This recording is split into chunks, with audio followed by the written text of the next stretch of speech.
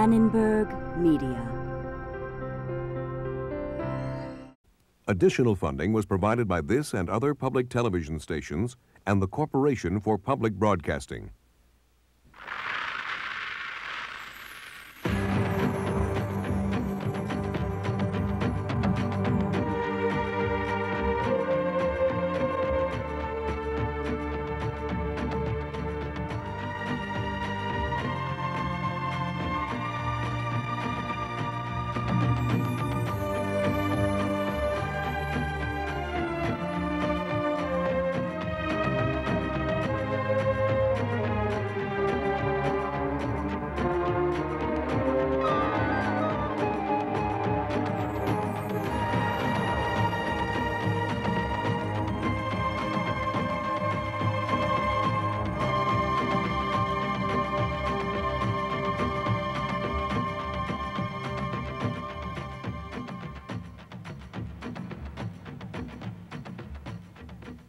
Religion is the sigh of the oppressed creature and the soul of soulless conditions.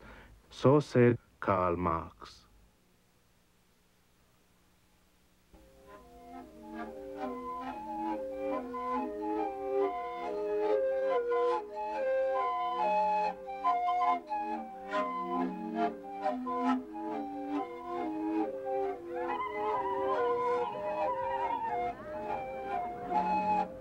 Ethiopia has always been a marketplace of ideas since the days of its old contacts with ancient Egypt, Greece, and Rome. In the beginning were ideas of many gods and deities. Then came Christianity and Islam with the banner of one God. There has now arrived in Ethiopia the secular socialist world of no God at all. Our concern in this program is about this changing nature of religious thought in Africa across the centuries.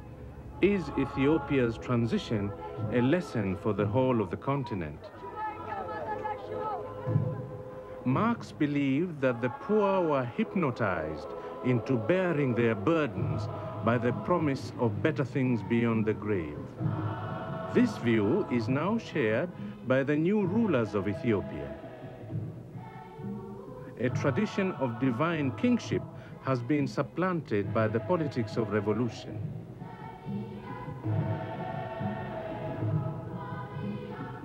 In this African country, the era of no God at all has come with Marx, Engels, and Lenin. A very different trinity.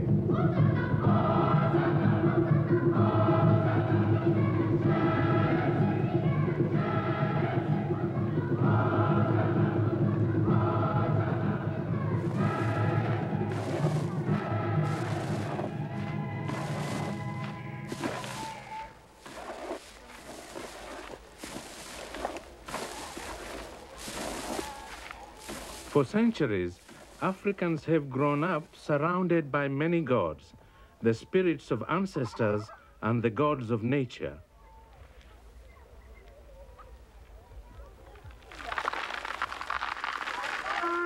Overseeing all things in the natural and supernatural world, there's usually been a high god, the first among equals. Some prefer to limit the term God to this high eminence, calling the others lesser deities. The river deity may control floods and drought. The sky deity impregnates its spouse, Earth, with rain. Such is the richness of imagery in Africa's religious experience. What have these rocks around me got to do with God's forehead? Well, in traditional African religion, it is not just man who's been created in the image of God. The whole universe has been created in the image of God. In fact, the universe and the creative process are a kind of autobiography of God. God telling his story chapter by chapter, tree by tree, star by star, stream by stream, and all the different elements in nature can be expressions of God. The sunrise can be God's smile, the drought, the wrath of the ancestors, and thunder and lightning could sometimes be a divine orgasm.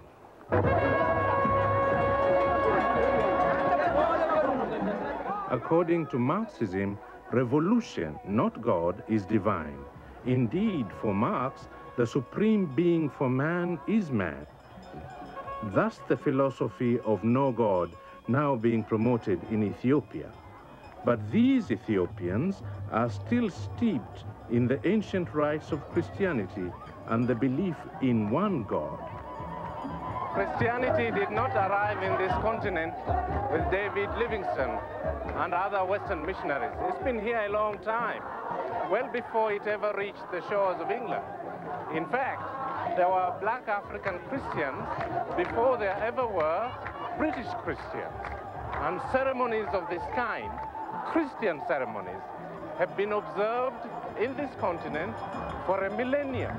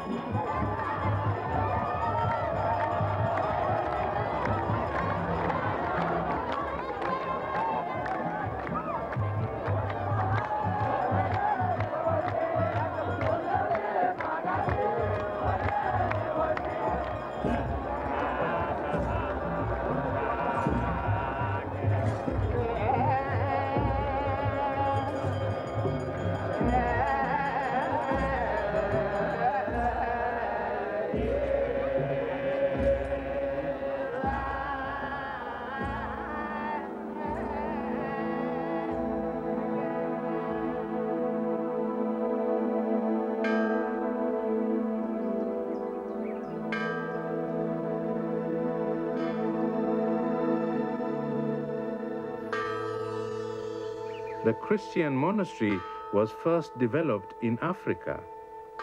The same Nile Valley, which had once given birth to the extravagance of pharaonic Egypt, also gave birth to the severe self-denial of life in a Christian monastery.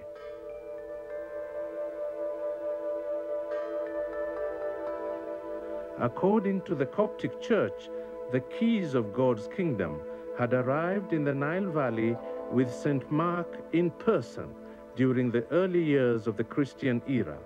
The rituals have continued ever since.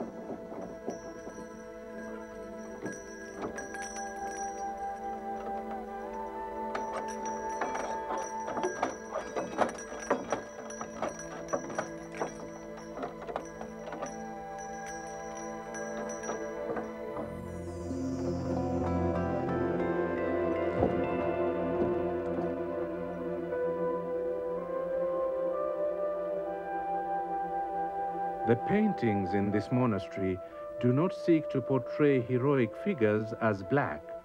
All forms of Christianity, including Ethiopian, tend to equate white with purity and black with evil. Ethiopian artists were simply surrendering to the color consciousness of biblical imagery. On the one hand, the radiance of angels. On the other, the blackness of satanic gloom.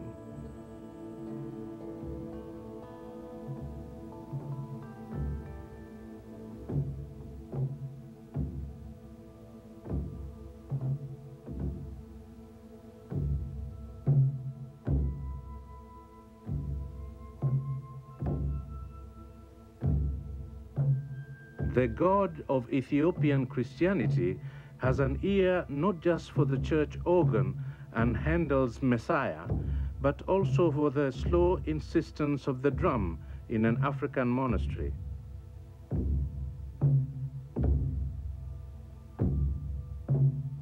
The Almighty Solitary God is all-knowing and all-listening.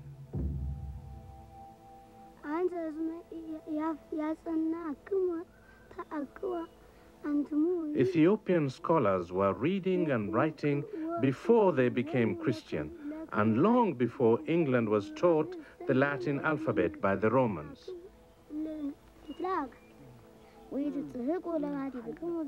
In Ethiopia, the church became the keeper of the written word.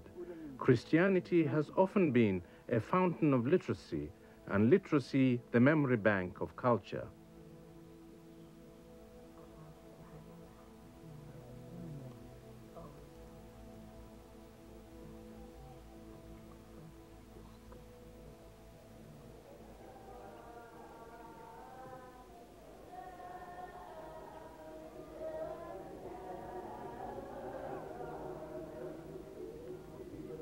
In Ethiopia, tribute to the one Christian God goes beyond art and the word. It includes literally a new Jerusalem, founded to mark the pilgrimage of King Lalibela to the biblical Jerusalem.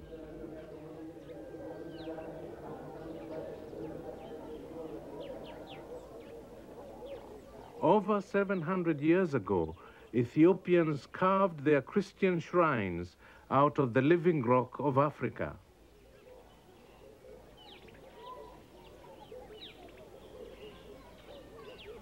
It is said that the genius of black civilization does not consist in building high.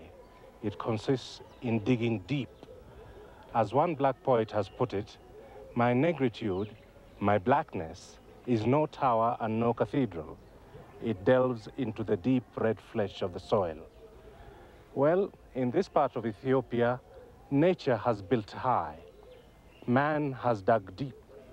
And this partnership between man and nature is interpreted locally almost as a kind of partnership between man and God.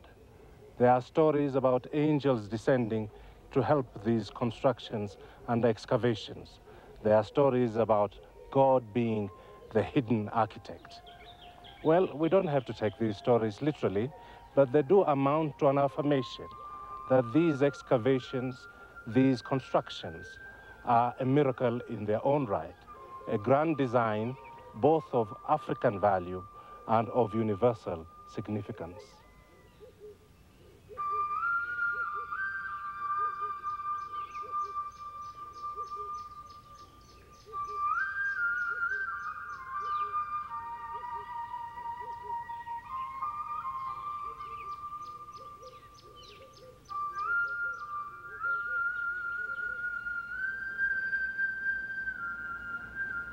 Of all the contributions Africa has made to what man believes, perhaps the least acknowledged is the concept of a single God.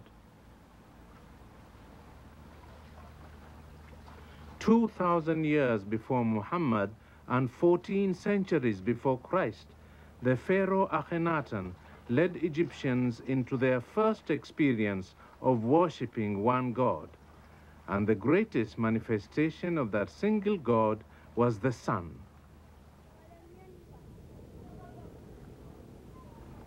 A new religious tradition was born, now taken for granted in the whole of the Christian and Muslim world: prayer to a single deity.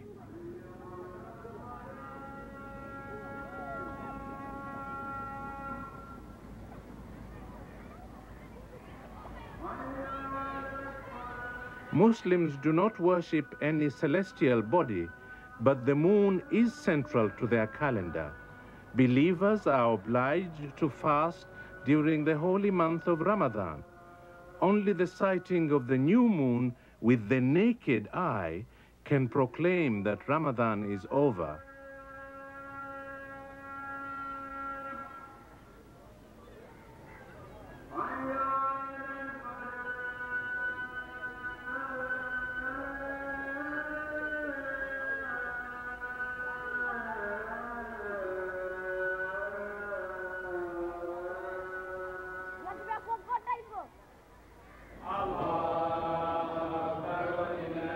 In Zanzibar, people and president unite with other Muslims across the world to celebrate a fast fulfilled.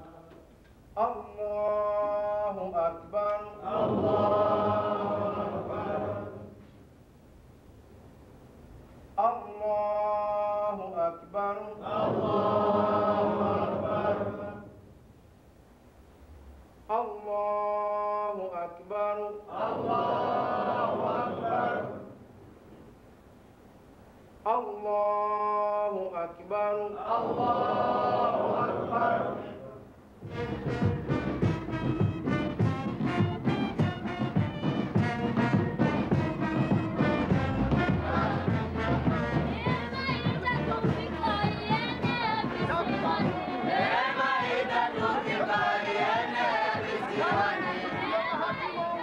Prayer is over. Western ways and African exuberance combine to salute a great Islamic event, a triple heritage of merrymaking.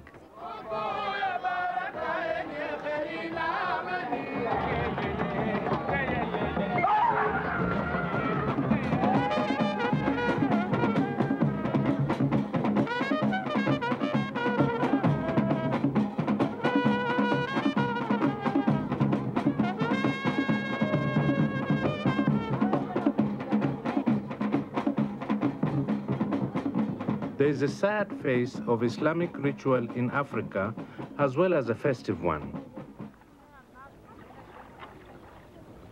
Grief is a great divider of the sexes in much of Muslim Africa.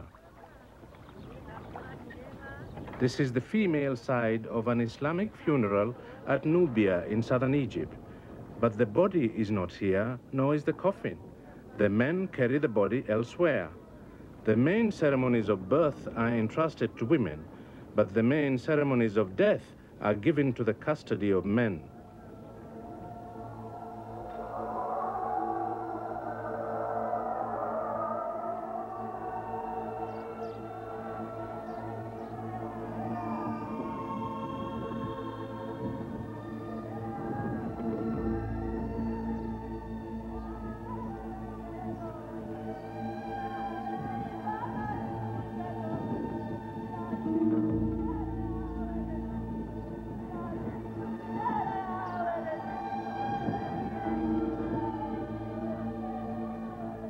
Traditional Islam expects Muslims to rely on their own sex in rituals of anguish. For the women, this segregation in death, as in life, can produce an abiding sense of isolation.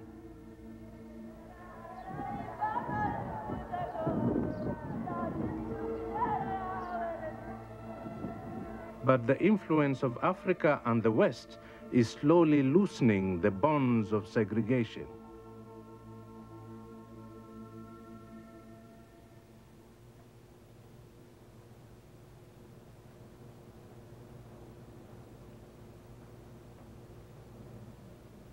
Liberated Muslim women are increasingly aware that the concept of God in Orthodox Islam is too masculine, as if only the male of the human species were made in the image of God.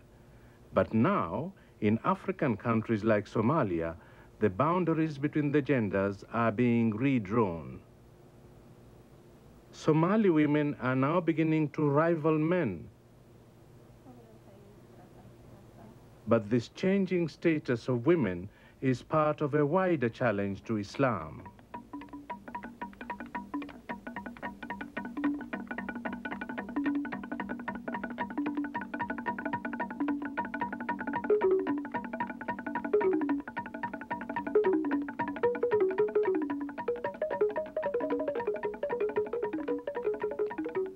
The crescent and the computer are face to face. Modernity has arrived, and Islam quite often feels threatened by it. The greatest danger to Islam in Africa is not Western Christianity. It is Western secularism. It's not the passion on the cross that threatens Islam. It is the ecstasy of modernity. It is not the Church of Christ at all. It is the altar of materialism.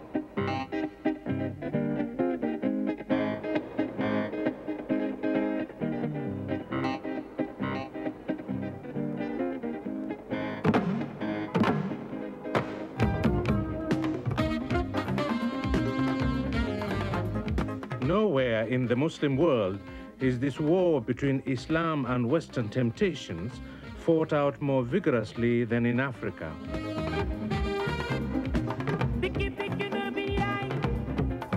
The cultural baggage which the West unloaded upon us has included new forms of enjoyment and entertainment.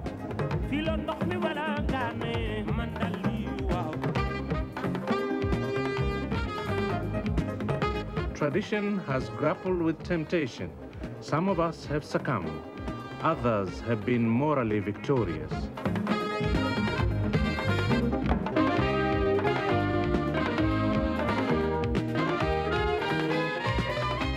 But Islam's confrontation with other cultures persists.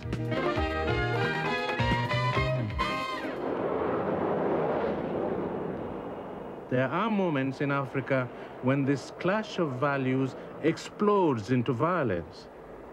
President Sadat, resplendent in a new gold-trimmed uniform as Field Marshal of the Egyptian Armed Forces, had taken the salute and was reviewing an impressive display of Egyptian military might.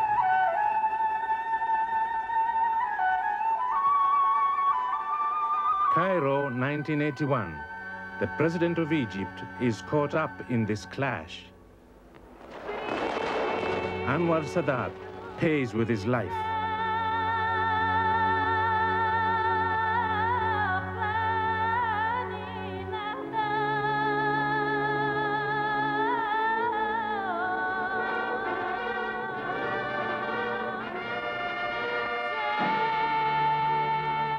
The peace accords between Egypt and Israel were regarded by Islamic fundamentalists as a betrayal. Sadat was accused of abandoning to Israeli occupation Islam's third holiest city, Jerusalem. Would Sadat also collaborate if Mecca and Medina were under Israeli occupation? Our children waved both flags, the Egyptian flag and the Israeli flag. I wish, with your permission, Mr. President, to express my sincere hope that the day is not too far when Egyptian children will wave the Israeli flag and the Egyptian flag.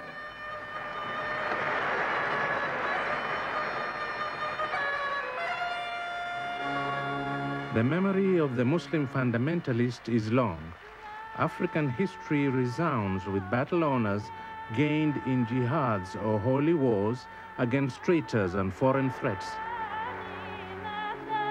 To militant Muslims, by selling out to the Jews, Sadat made himself another target.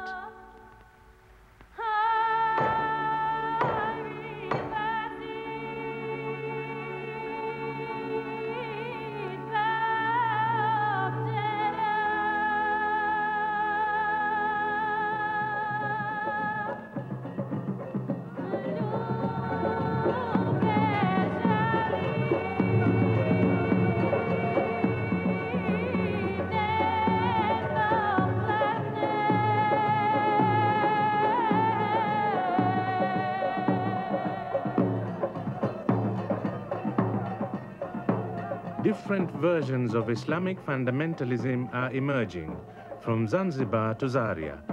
Blood has been spilt in the streets of Nigeria.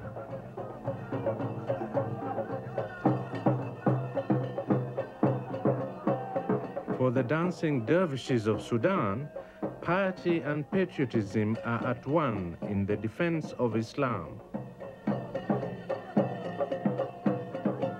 God is king, and the fundamentalists are the king's men, ready to fight.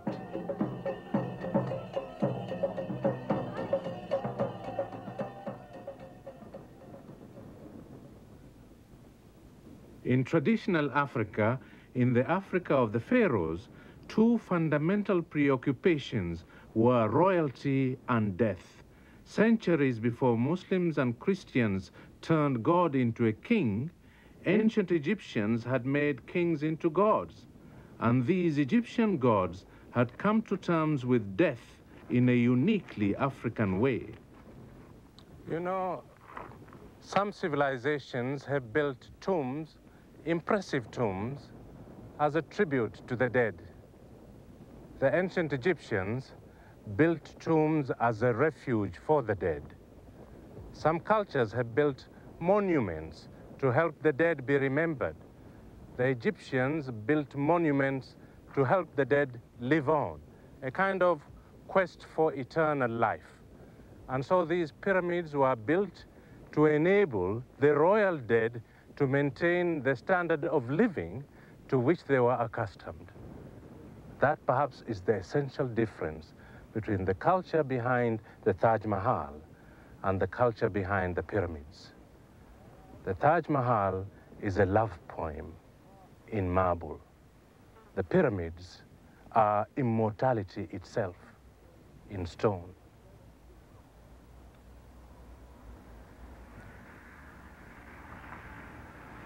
The pyramids were not simply about living and dying. They were also about the human and the divine.